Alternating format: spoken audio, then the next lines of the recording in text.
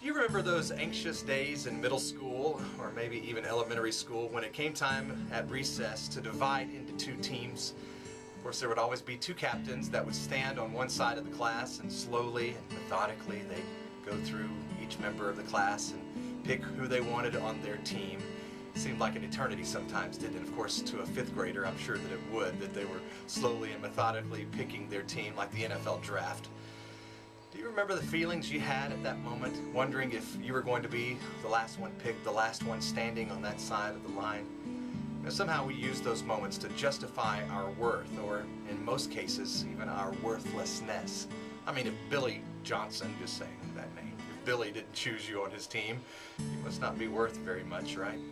This may be a silly illustration, and hopefully by now you've come to understand your worth and value to God, because He loves you so much that He willingly sent His Son to die for you. But maybe even years later, maybe today, you still struggle with that. Maybe your worth has been so distorted and tainted for way too long. But Jesus tells us in John chapter 15 that we didn't choose Him, but He chose us. Think about that. The one who spoke the world into existence. He created all things. He looks at His creation, and out of all of it, He picks you out of the crowd. Out of the millions that have come before you, He chose you to be on His team.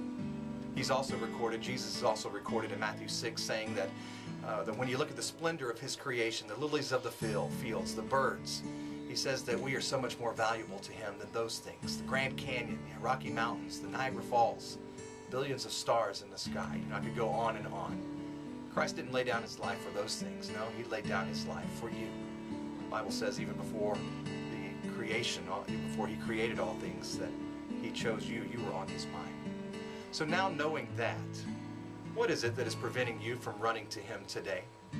Remember also in John 15, Jesus says that He wants to confide in you. He wants to tell you everything that the Father has told Him. So why don't you spend just a few minutes with Him this morning when you get to work? Ask Him to speak to you. I promise you, He'll do it. Let Him lead you today, because wherever He leads you, yes, He'll lead you beside still waters. He will restore your soul.